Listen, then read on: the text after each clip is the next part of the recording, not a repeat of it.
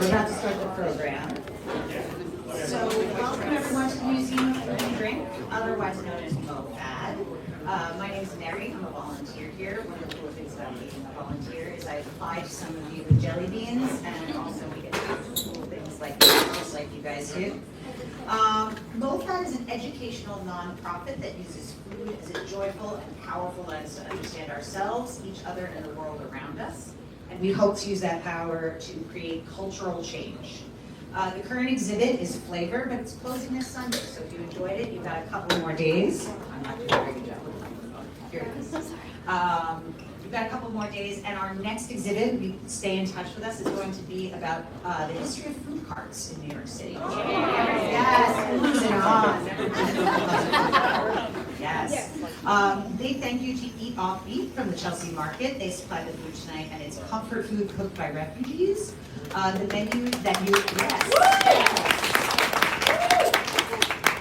menu that you're enjoying is rice, goat curry, chickpea stew, and salad. So thanks again to Eat Off Beat for bringing that in. There's also beer and Prosecco. And now let me tell you about the program you're about to watch, which is very exciting. We're joined by human rights investigator Michael Shaikh, who uncovers the hidden phenomenon of how violence changes cuisine in his new book, The Last Sweet Bite: Stories and Recipes of Culinary Heritage Lost and Found. Joining him in this conversation is renowned writer and essayist Eric Kim. Kitchen Arts and Letters is also here selling the book, and Eric's book as well, Korean American Food That Tastes Like Home. After the conversation, we'll have time for a book sighting and more eating. And now, please welcome Eric and Michael.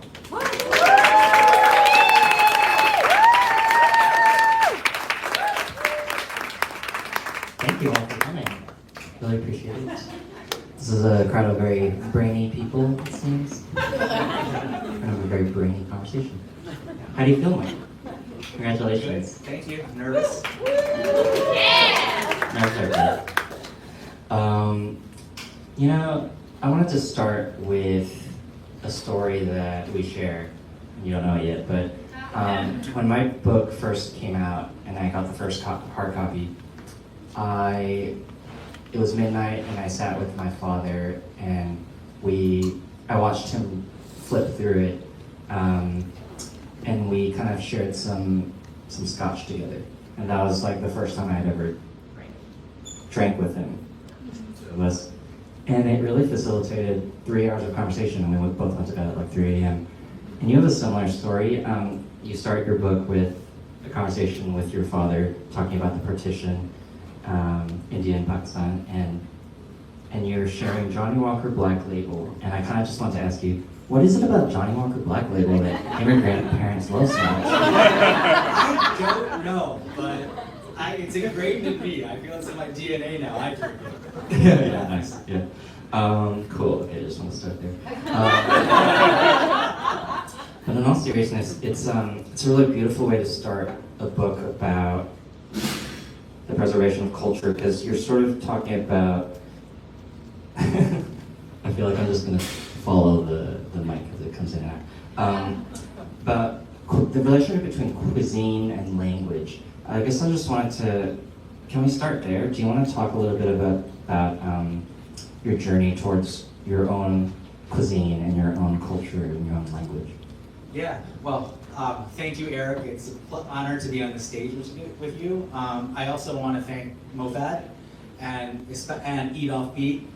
The food is fantastic. Just a quick note on that, the food that you're eating, the recipes are from this book. The chickpea curry is salande mahmood. It's an Afghan dish, Tamim Sami's Afghan dish, and it's one of the dishes that kind of sparked the idea for this book. And the other one is the goat curry. It's Roshan's Kitchen Gorilla's goat curry, which is in the Sri Lanka chapter. So my journey to this book came a lot through language. When I was a little kid, we'd often spend a lot of time in Pakistan. And my father is from Sindh, it's one of the provinces in southern Pakistan. And I'd always kind of get picked on a lot by my cousins in language. I mean, kids do, right? But they did it in a language that I couldn't speak. And it was really irritating. And I went home, went back to Cleveland where I grew up, and I asked my dad, can you teach me Sindhi? That's his language. And because I really wanted to even the playing field when I went back to Pakistan with my cousins. And my dad said to me, he's like, no, you don't need it. You're an American kid. You don't really need to learn Sindhi right now. I'm too busy as a doctor. Your mother doesn't speak it. And I mean, it was all logical. It was a tough brushback, but it was logical. I understood. We're good. And so the language bug never really left me. I studied Japanese in college and then went off to Japan and ended up studying Japanese intensively for several years there. And I lived in a small fishing village in southern Japan, in Miyazaki Prefecture in Kyushu. And I was taken in by this incredible woman named Keiko, and she was a single mom who ran this beautiful izakaya. And I would spend a lot of time in that izakaya, the Japanese bar. I spent a lot of time on the front side of the bar drinking, and on the back side of the bar washing dishes on really busy nights. She became my Japanese mother. She was really concerned that I was single, so that means I wasn't eating well, so she taught me how to cook. And so during one of our impromptu cooking classes, she's teaching me how to cook teriyage, this beautiful Japanese fried chicken from the south of Japan. And I had this kind of wave of guilt wash over me. Here I am learning Keiko's recipes, her family's recipes in her language, and I couldn't do that on my own. And so I go back to Ohio, and I'm having Johnny Walker with my dad in the summer before I go to graduate school, and I asked my dad again this question about why didn't you teach us Sindhi? And it's kind of the first time he starts opening up about his memories of partition, how the British cleaved India and Pakistan into two separate countries very violently. My dad was a teenager at that moment, and he saw that. And just kind of a quick aside, my father was the first Muslim born in our family. My family up to that point were Hindus.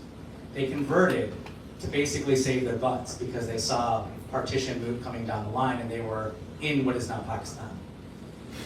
My father started telling me about the things that he saw and how they kind of fused onto the parts of this culture that he really loved. And he spoke Sindhi, but he said that when he spoke it and practiced other parts of the culture, it was really painful. And so that was one of the reasons why he said I couldn't teach it to you. Even if I wanted to, I couldn't teach it to you. And so I saw these tentacles kind of reaching down through time to kind of steal a part of a culture from me. It showed me that even after a war is over, how violence lingers. And fast forward again, I'm in Afghanistan working for Human Rights Watch. It was one of my last nights in the country. I'd been in the country for nearly 4 years at that point, investigating war crimes and civilian casualties, and I've been in almost every aspect of the country and eaten a lot of the food. And my dear friend Tamim invited me over for dinner, and on the table is this wonderful food. And this dish, salami, the food that you're eating, I hadn't seen before. And I asked Tamim, is this Afghan? Arrogantly in some way, like I've been in the country for 4 years, how could I know the entire range of the cuisine?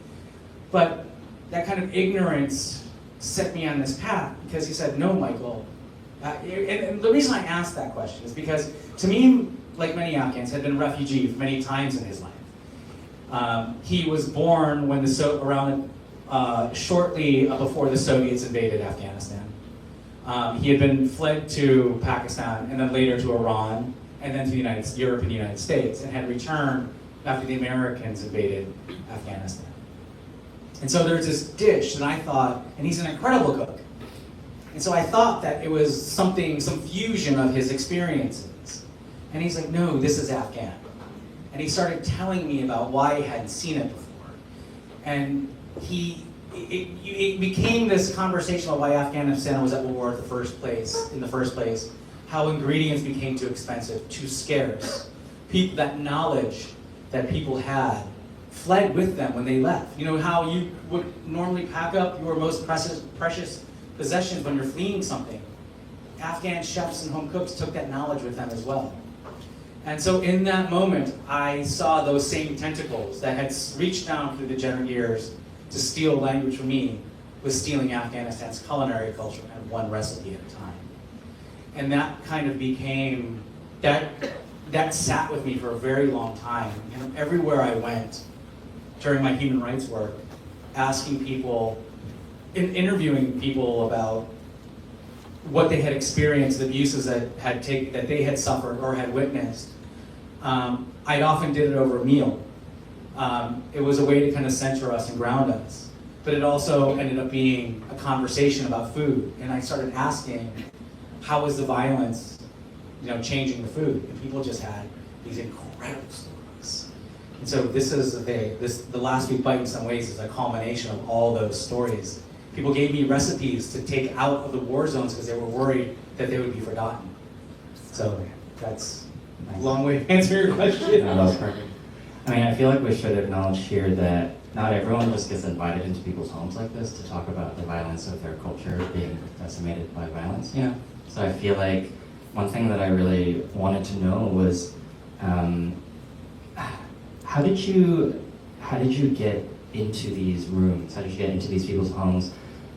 Maybe if you could talk a little bit about your background. Does it have to do with your empathy, the way your eyes look, very kind? Like, I guess, how did you get people to open up about these atrocities, and how did that affect you as you moved through these stories? Yeah, that's a really good question. I think primarily it's because in a lot of places that I worked, victims of human rights abuse have very few avenues for redress. Usually it's their governments that are abusing them.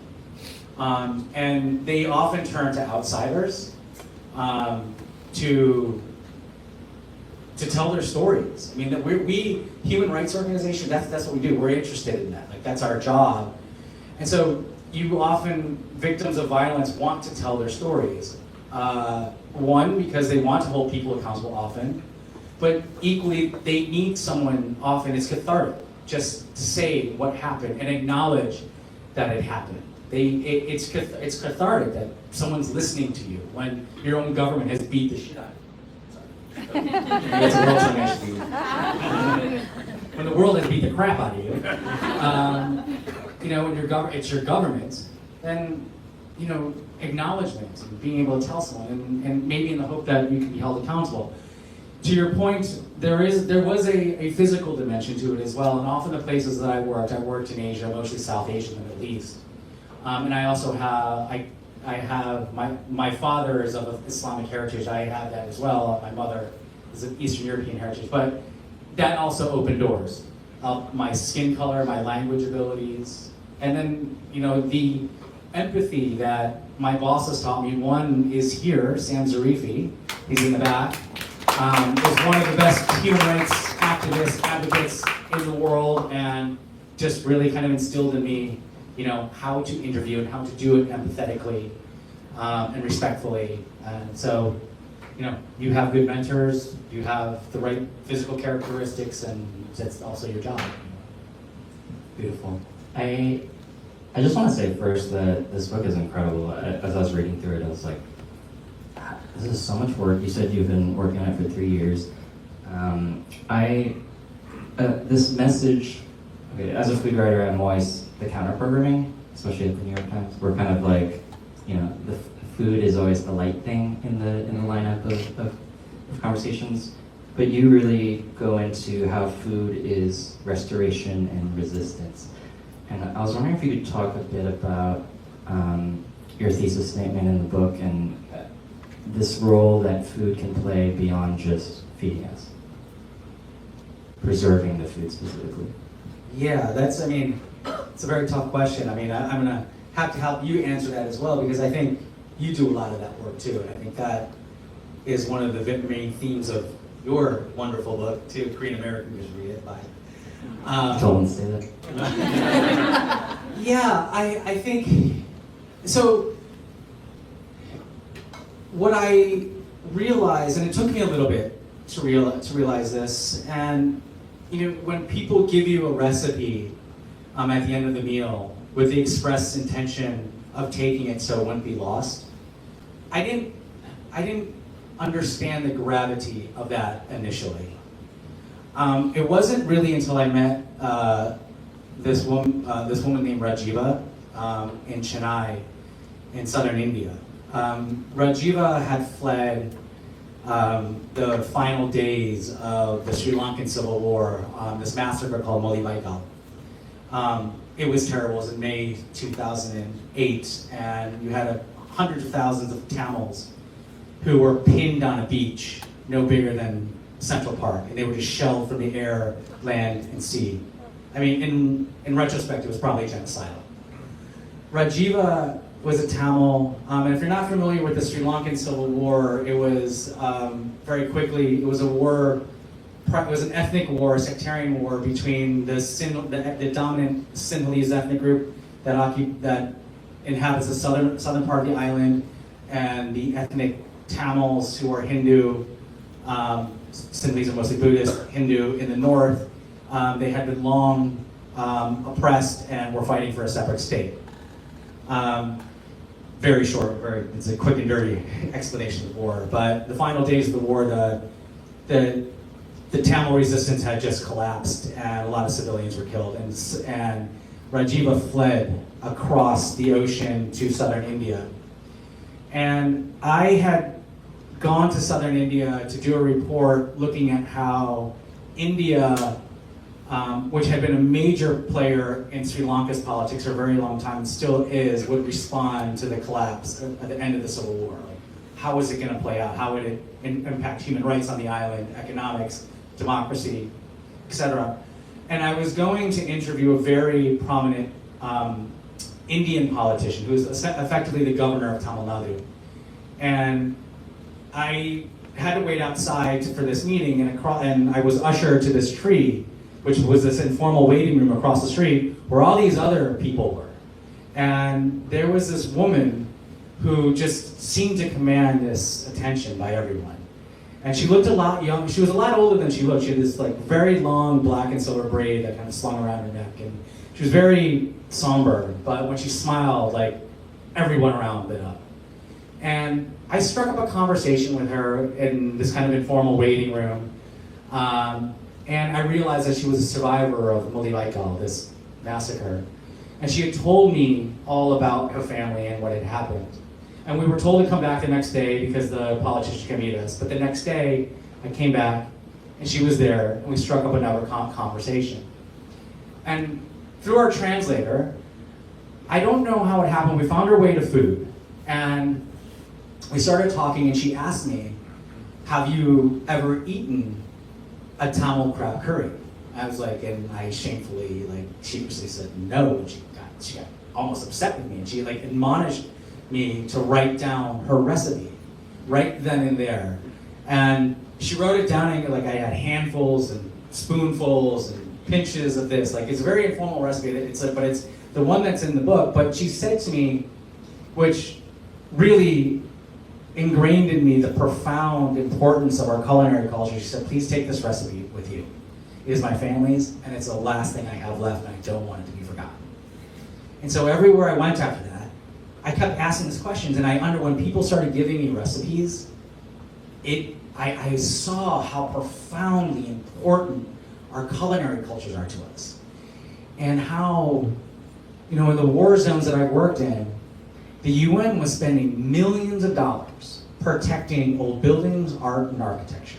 And I think that's incredibly important heritage for all of us to protect, and it's worthwhile. And it's a war crime to blow those things up. But our food cultures were equally as important, if not more important. They were a language that the older generations were using to communicate with younger generations. These recipes and food cultures were territorial boundaries, both physical but also cultural, where one person's culture and another one's ends, begins and ends. They were really, really important to people, and people were very passionate, and they talked about it when they were lost in very personal terms, almost like a family member was being lost. And so to your question, Eric, I looked at all this, and we spend so much protecting this other form of heritage. Why aren't we protecting food cultures in war zones as well? Like, it's equally as important as everything else. And so that was one of the motivations for kind of putting this book into the world, is raising that, putting food culture on par with everything else. Nice. Really.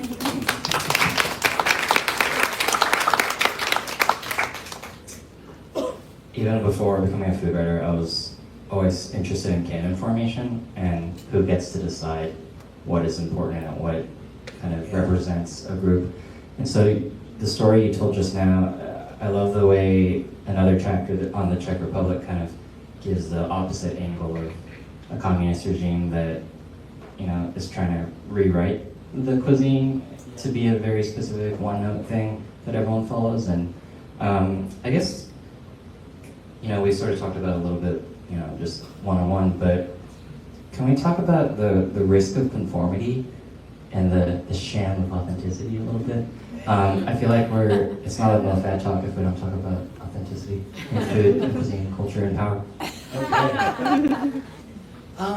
Yeah, I mean, I'll be quick on this one. I think I'm not a fan of the idea of there is one authentic cuisine. I learned that very quickly, and I wasn't trying in this book to demarcate an authentic cuisine. What is authentic Rohingya cuisine? What is authentic Uyghur? What is authentic Elam Tamil? There's so many different versions of it, and it moves from village to, it changes village to village, township to township, family to family. But there is, and I wasn't trying to demarcate that. I think kind of authentic, like, I don't know, arguments from food authenticity are a little stupid.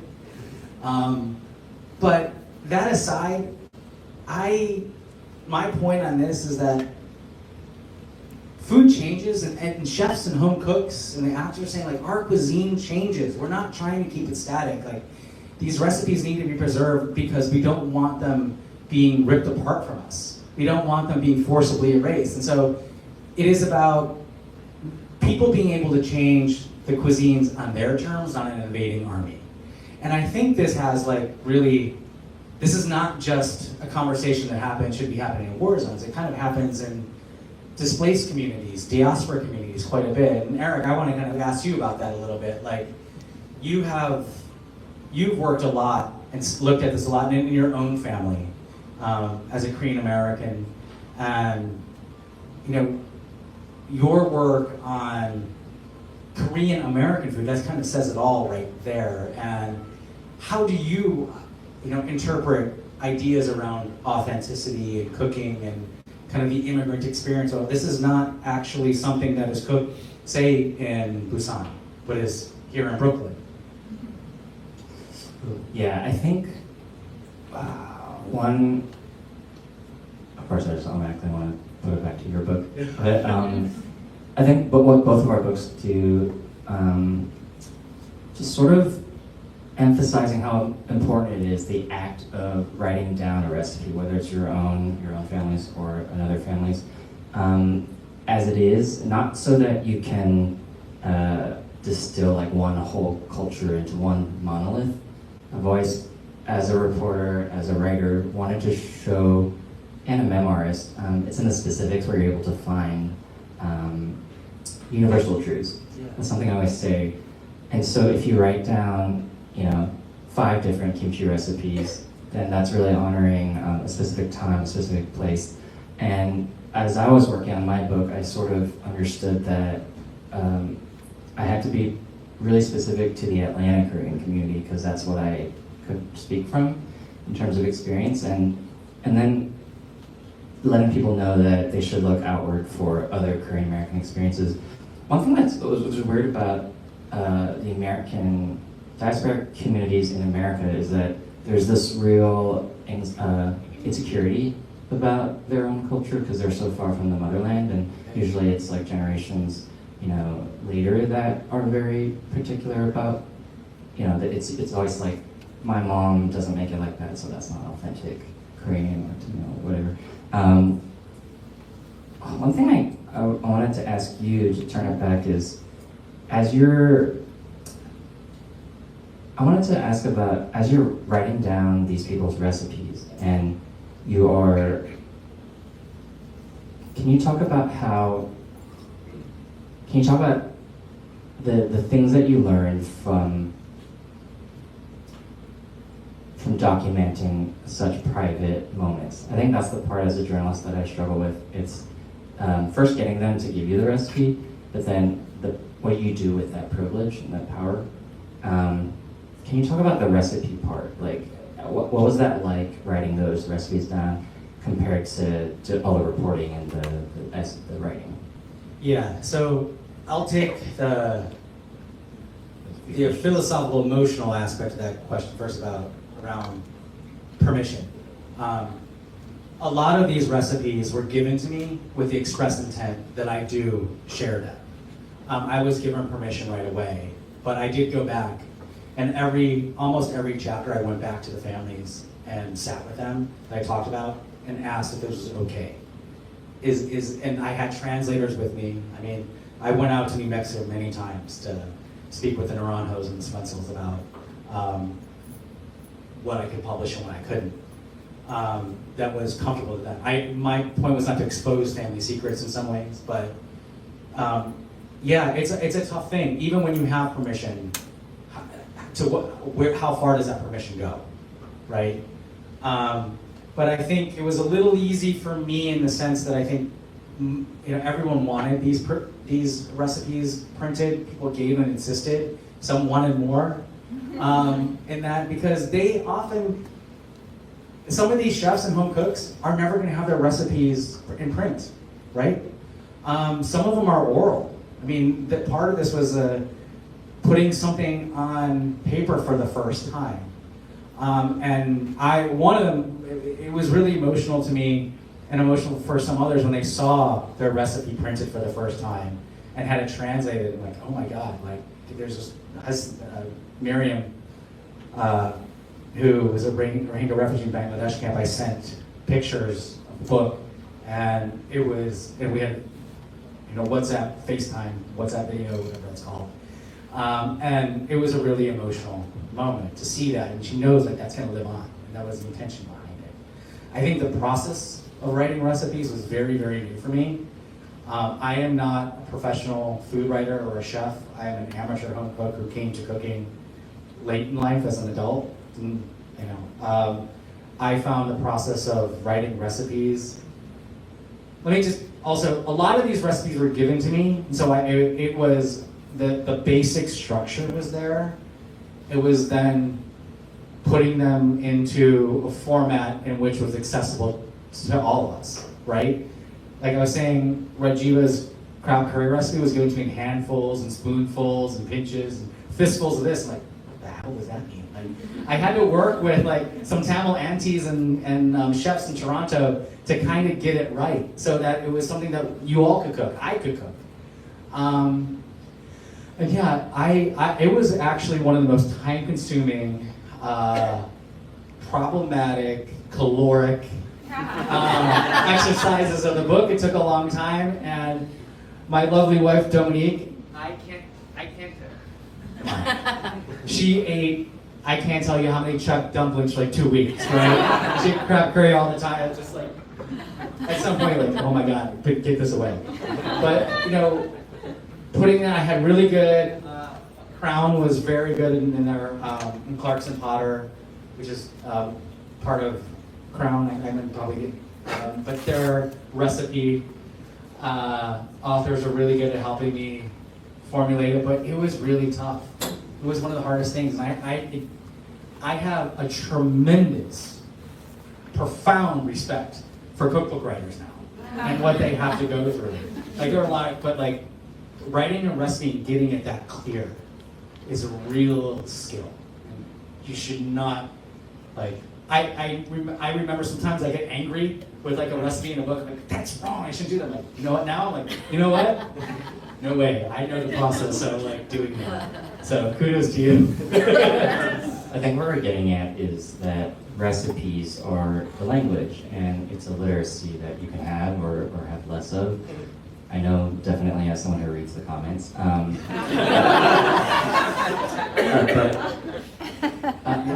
I think also the thread that I'm really finding here is that writing down these recipes, that's the political act. It's like really important to get down on paper so that future generations can see it. And that's how I've always felt about when I'm writing down a version of someone's dish. Kind of like, for instance, I did a tzatziki that I found in Germany. So that was a German immigrant a Greek immigrant in Germany. And a lot of people in the comments, this is America maybe, but a lot of people in the comments are like, oh, that's not tzatziki, like, because it doesn't have this and this and this. But I'm like, I'm writing down this one instance because I'm just writing down millions of one instances so that we can have a proper record of everything. Yeah. That's like kind of the point. Yeah. Which I think is something you do so beautifully here. And I know that this is going to be taught in every syllabus, every class.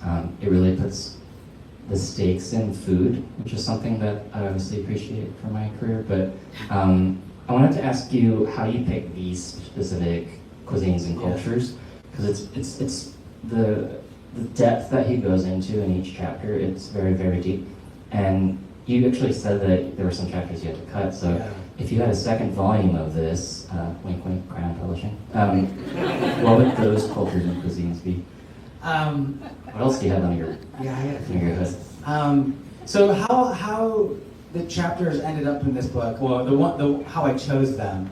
I wanted to do kind of human rights reporting on my terms in some ways, but also make human rights reporting more accessible to everyone else. And no offense to my former Human Rights Watch or human rights colleagues, excuse me, we don't always tell a good story. Like we don't always like. Our goal is to convince the powers that be, governments and donors, for change. We don't speak to you guys, and that's a real problem, I think. And one of the intentions behind this book was to use food as a vehicle, a bit of a Trojan horse, in some ways. That's what I say. Oh, okay. Trojan horse. Probably stole it from you. But as a Trojan horse to talk about human rights issues in a more popular way, I think if you haven't experienced or witnessed violence, it's very hard to relate to. And so I found food to be a much more approachable way of getting at some of these issues. And so I actually revisited a lot of the places that I worked on for a very long time: Sri Lanka, Myanmar, China. The Czech Republic, I'd spent a lot of time. I never professionally worked there, but I had known it quite well. Was very close to the family and their history with the Soviet occupation. Bolivia was a chapter that is something I was deeply interested in and wanted intellectually to grow in some way. So it's a bit selfish, but there was a logic behind it. I wanted to learn something new while I was writing this book. And then the final chapter is about the United States. As an American, I really needed to turn the lens on my own country's violence if I was going to write something like this. And that's the reason why these chapters are there. There were other chapters that I really wanted to include. I really wanted to include Cambodia. That genocide was a genocide of starvation. Food was at the center of that conflict in many ways. And there are some. I just went back to Cambodia in March, and to kind of research. I felt guilty. I wanted to kind of like pull out a little bit because I couldn't include it in the book. But there is some incredible stuff going on in Phnom Penh and Battambang, and they're all cooking in the context of revitalizing their cuisine after the Khmer Rouge. They're still trying to remember. It is kind of a national thing, and the food is fantastic. And I really wanted to, I thought that would be an incredibly awesome chapter. It would move from dark to light in such a way that I wish I could have written it. I would have liked to have done South Africa, the impact of apartheid and what black chefs are doing now. And I also had a chapter on Syria where I had also worked, but that just got too dangerous. And then life happened and got too long, and I needed more time. And Monalika, my see you guys here. My wonderful editor bought me a little bit of time to actually finish the chapters that are in the book. So, matter of time and other things. Classic writer, you love pitching, but actually doing the assignment. Yeah. We're gonna go to questions after this, but I wanted to maybe try to end us on something about form. So you're talking about going from dark to light. This book is heavy. It's as you're reading through it, it's so heavy. It's also dense because there's a lot of history. I learned so much. But the food is kind of like this relief. And I guess I wanted to see if there's just one thing that happens in each essay. It's like the manifestation of your tentacles of time, I think. But there's always a framing story, and then within it, it goes deeper and deeper and deeper, kind of like Cloud Atlas, if you guys have read that, which I think is really cool. That's a great one. Yeah, and then it kind of like, converges at the end. This is something obviously I love. I love reading and attempting in my own writing.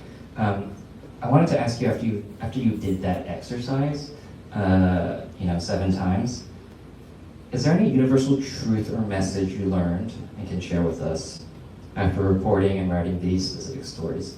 There's so many patterns across them all. It just kind of shows you that, and they're each so distinct and so violent and so beautiful at the end, going from the dark to light. Is there anything you can say about all of them? Anything that you learned about humanity, maybe? Yeah, I think there are 2 things. One is quite ugly, and one is quite beautiful. And I had to start with the ugly first. The thing that stood out to me writing this book is I did not appreciate how governments, some governments in particular, understand the importance of a person's cuisine, of a community's cuisine, particularly their enemies. They will study it intensively in order to undermine it to a race of people. And I did not appreciate, because we value other forms of culture, right? I think if something is so important to destroy, it should be more important to protect. And that was one of the things I saw, like the intensity, how the United States studied the diverse cuisines of indigenous Americans in order to erase their cultures. How that is manifesting itself again, and how the Chinese Communist Party has learned a lot from America's experience. America's experience is the wrong word, like the attacks. They have perfected it in a whole new way, using starvation, using boarding schools as a way to rejigger the culinary cultures and culinary DNA of the country, of a community. I think another thing that struck me on that kind of the darker side, but also kind of there's a little bit of hope, is that we look at the weaponization of food mostly as, and this is to the human rights community, it's when we think about food in war and as a human rights issue, and I talk about human rights issues, particularly international humanitarian law, so kind of the Geneva Convention type stuff, the laws that govern war, right? We look at it mostly from the lens of starvation, food and starvation, the purposeful withholding of food in order to coerce or pressure a population or disappear a population. What we don't look at is reverse, right? Is that forcing people to eat foods that are not of their culture is equally as devastating. I see this in Myanmar, and particularly now I see it with the Uyghurs in Western China. The Chinese Communist Party is pulling Uyghurs off the streets and turning them for undetermined amounts of time, starving them, and when they are incredibly hungry, Uyghurs being primarily a Muslim community, they then dangle pork in front of them, which is anathema to Muslims, and alcohol, forcing them to eat it and drink it as a way to humiliate them and change tastes and change cultures, taking children from their families, moving them across the country, putting them in boarding schools and feeding them non-Uyghur cuisine.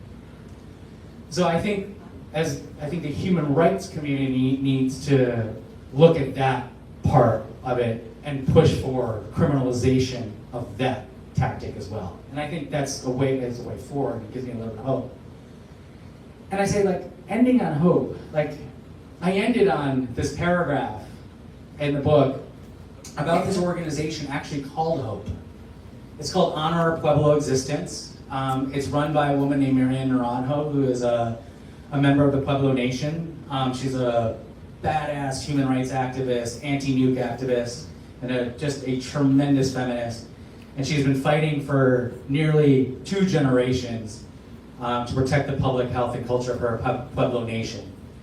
And her whole organization is called Hope in a way because she's kind of just recognized in some ways that, you know, they're trying to force the US government to acknowledge what it has done over centuries, but also understanding, you know, this abandonment is going to continue.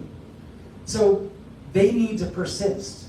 They are like many other indigenous nations. They're just picking it up, figuring it out, and moving forward. They are persisting. And that heroic persistence is something that I think we all can like take away from, particularly when I look at the Pueblo Nations, one of the most biggest honors of my life to be invited into that community, but 500 years of dual colonialism, Spanish and then Americans, and having their food culture destroyed, but trying to rebuild it. You know, 2 steps forward, 1 step back, but keep going and persisting. And I think that is a much better word than resilience. There's a forward action, there's a toughness and an intelligence behind that. And I see that in a lot of these communities, and that gives me hope and inspiration to, like, you know, things are fucked up. Like, the world is a dark place. It's gotten a lot darker really quickly right now. And there's a lot of our politicians are just incredibly unaccountable. Their solutions are really not there. And I do think that in this moment, that heroic persistence that a lot of people in this book that I talk about, I think we can take sustenance in that as humans, we can find ways through this stuff. Hell yeah.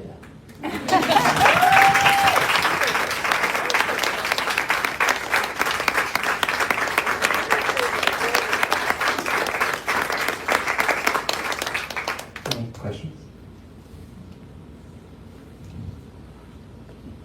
I forgot to ask about gender, and so if anyone wants to ask about that.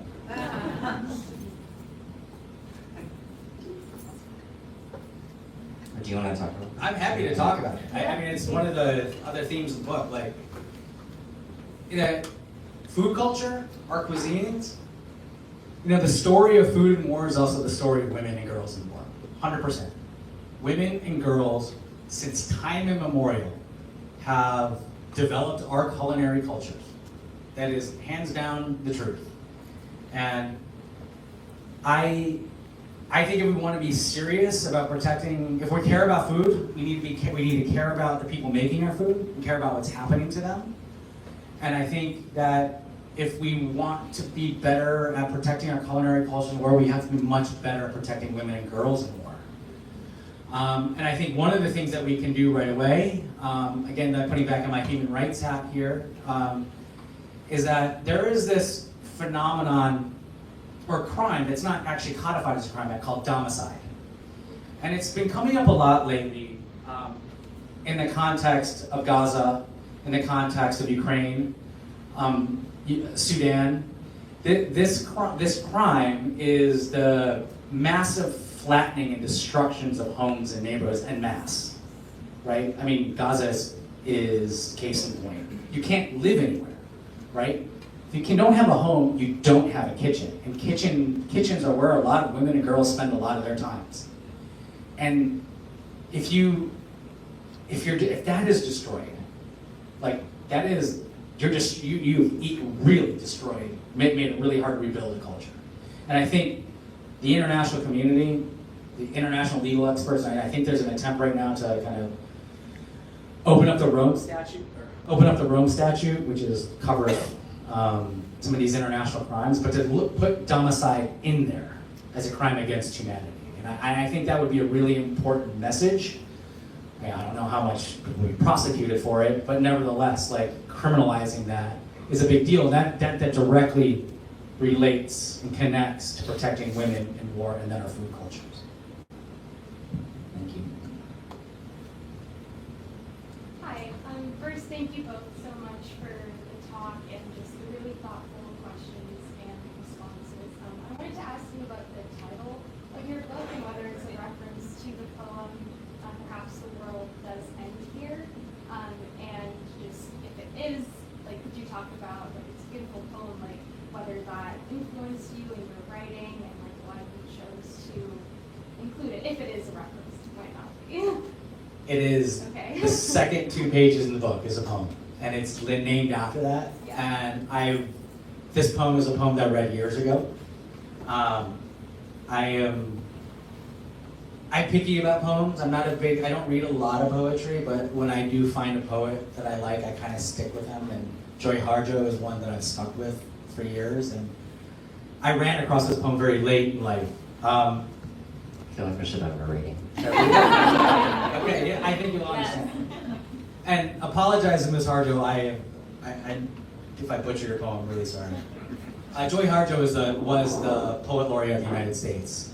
Most recently, she's Dene, I believe. The world begins at a kitchen table. No matter what, we must eat to live. The gifts of earth are brought, prepared, set on the table. So it has been since creation, and it will go on. We chase chickens or dogs away from it. Babies teeth at the corners. They scrape their knees under it. It is here that children are given instructions on what it means to be human. We make men at it. We make women.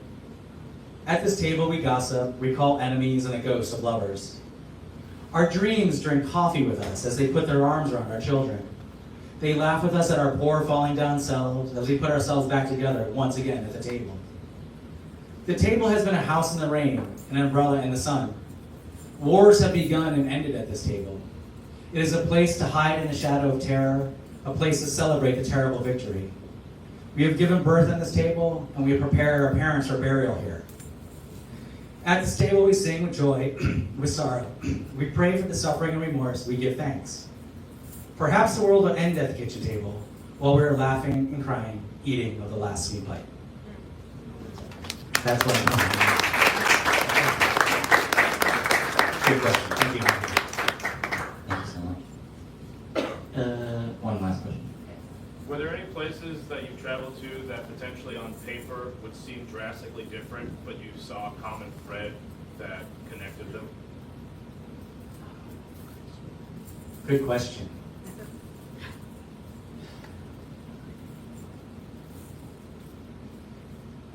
You know, I think the Bolivia chapter was the biggest challenge for me.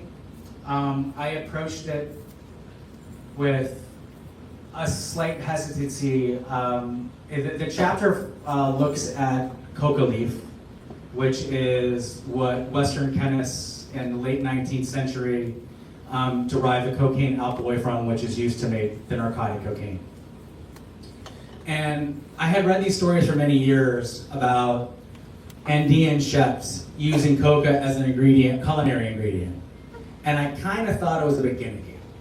I was like, okay, but I really wanted to understand the U.S. and Latin America, the impact of the U.S. drug war on Latin America and South America in particular, the Andean countries and the cocaine-producing countries. And so I went down to Bolivia to kind of pull at this question to see if coca was a real culinary ingredient. And I have to say that I was completely blown away that it was, in fact, not a gimmick. It was a real thing.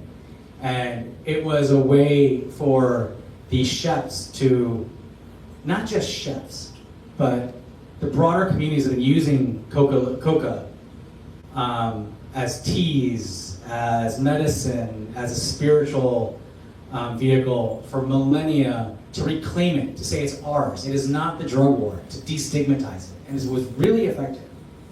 And I think one of the things that kind of surprised me the most that I didn't anticipate was this group of women in the Chapare, which is the big coca growing region in Bolivia, that where a lot of the illicit coca comes from. And the fight that they put up to beat back the drug war and the violence of the drug war in Bolivia.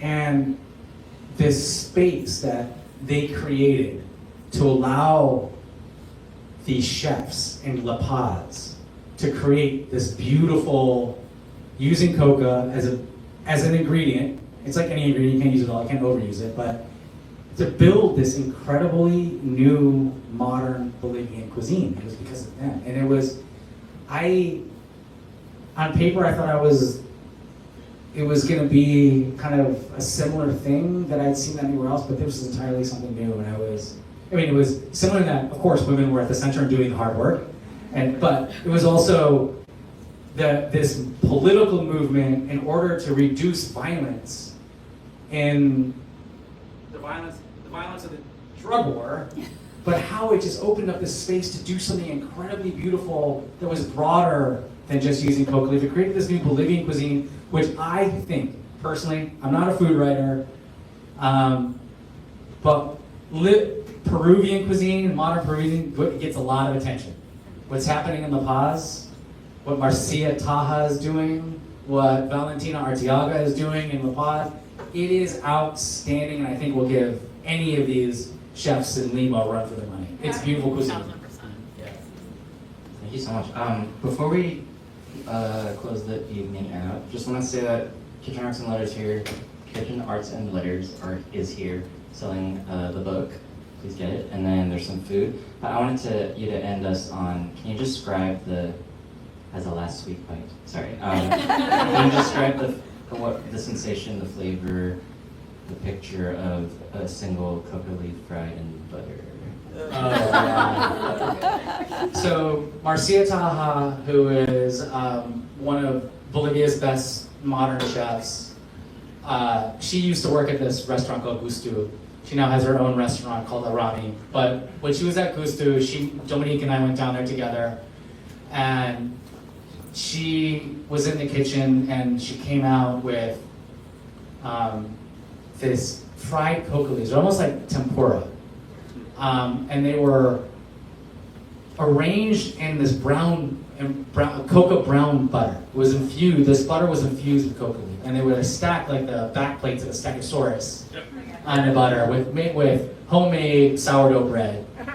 And it was a really interesting dish because as an American, it was the first time that I ate coca leaf. And you have all these stereotypes and the stigma around it. And what I found so incredible about this dish is it forced you to confront head on those stigmas, right? Like, this is not a drug. It is something else, and it's better. And it has its own history and its own politics that was always separate from the drug war until the West decided it wasn't. And I will tell you that eating this coca leaf was spectacular. Like, it reminded me, it looks like a bay leaf, like a tiny little bay leaf, but it tastes like it was smoky and citrusy. It almost tasted like a combination of my two favorite other leaves, curry leaf and makrut lime leaf. It was really fantastic. It was tempura, and you had this coca brown butter, which had this tart savoriness. It was fantastic. Yeah, it was awesome. My side was really good. Thank you so much, Michael. Thank you so much for coming.